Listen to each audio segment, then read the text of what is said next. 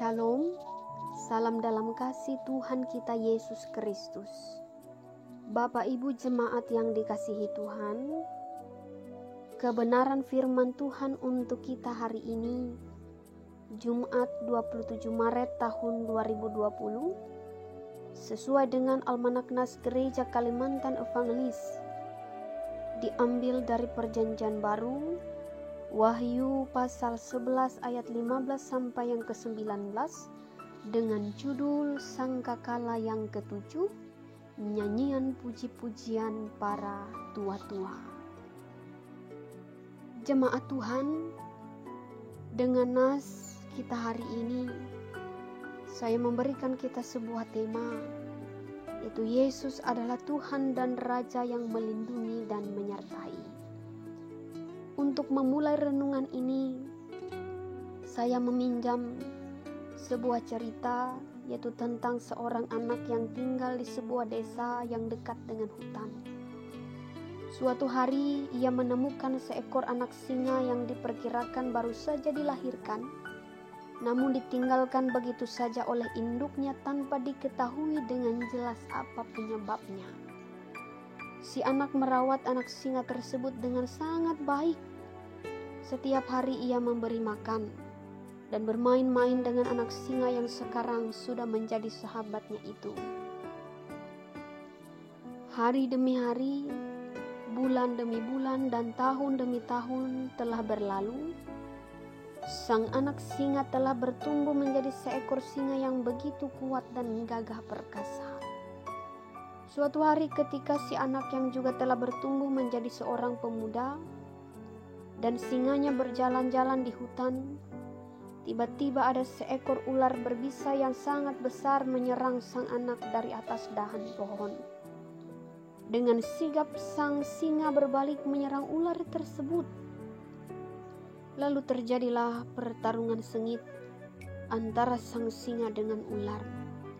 Sampai pada akhirnya sang singa memenangkan pertarungan itu dan pemuda itu berhasil diselamatkan.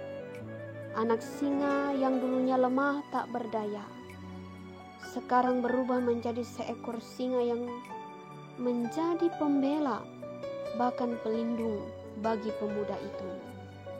Bapak Ibu jemaat Tuhan, kisah ini saya ambil untuk memberikan kita sebuah gambaran akan kedatangan Kristus kembali sebagai Tuhan dan Raja yang akan melindungi dan menyertai kita, mengangkat dan menyelamatkan kita yang percaya kepadanya untuk selama-lamanya.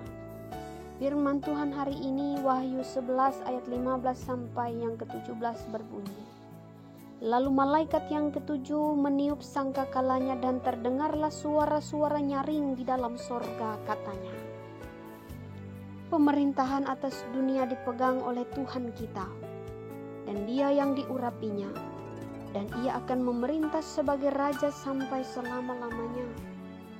Dan ke-24 tua-tua yang duduk di hadapan Allah di atas tahta mereka tersungkur dan menyembah Allah sambil berkata, kami mengucap syukur kepadamu ya Tuhan Allah yang Maha Kuasa, yang ada dan yang sudah ada, karena Engkau telah memangku kuasamu yang besar dan telah mulai memerintah sebagai Raja.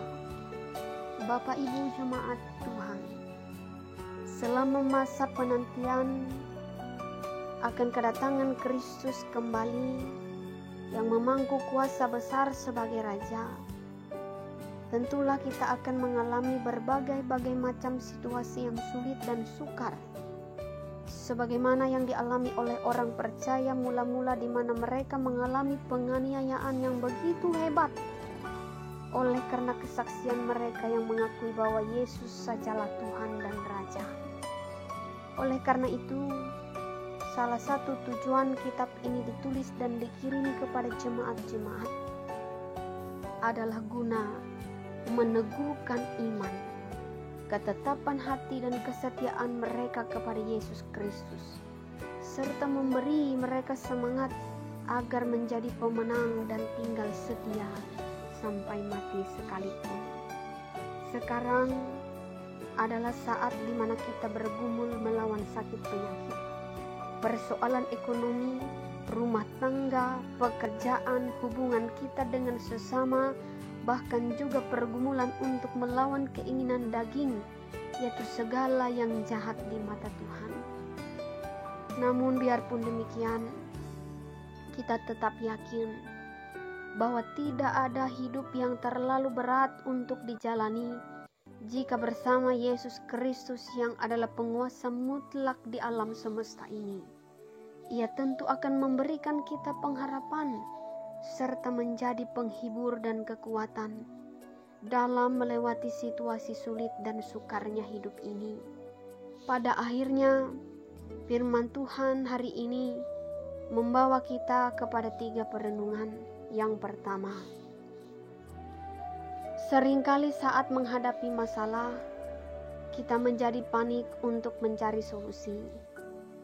Padahal hiruk pikuk dan keributan acap kali tidak membuahkan jalan keluar.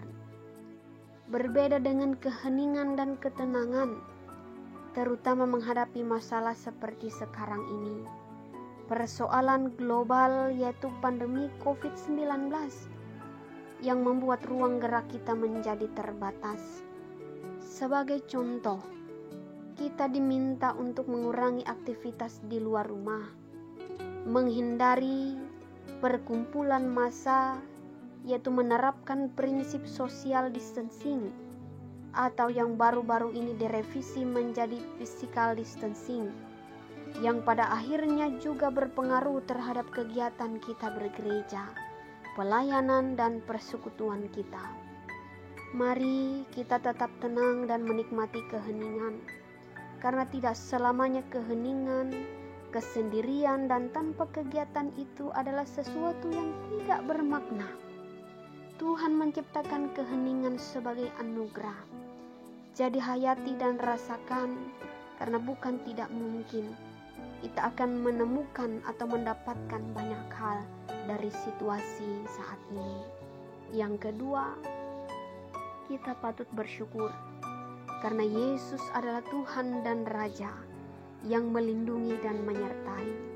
Karena itu mari kita berserah dan percayakan hidup kita dalam kuasa perlindungannya, karena Ia setia untuk menyertai setiap langkah dan juang kita bersama. Yang terakhir, lakukanlah pekerjaan Tuhan semampu yang kita bisa. Walaupun hidup tak selalu mudah, semua kita lakukan demi kemuliaan namanya. Tuhan Yesus memberkati kita semua. Amin.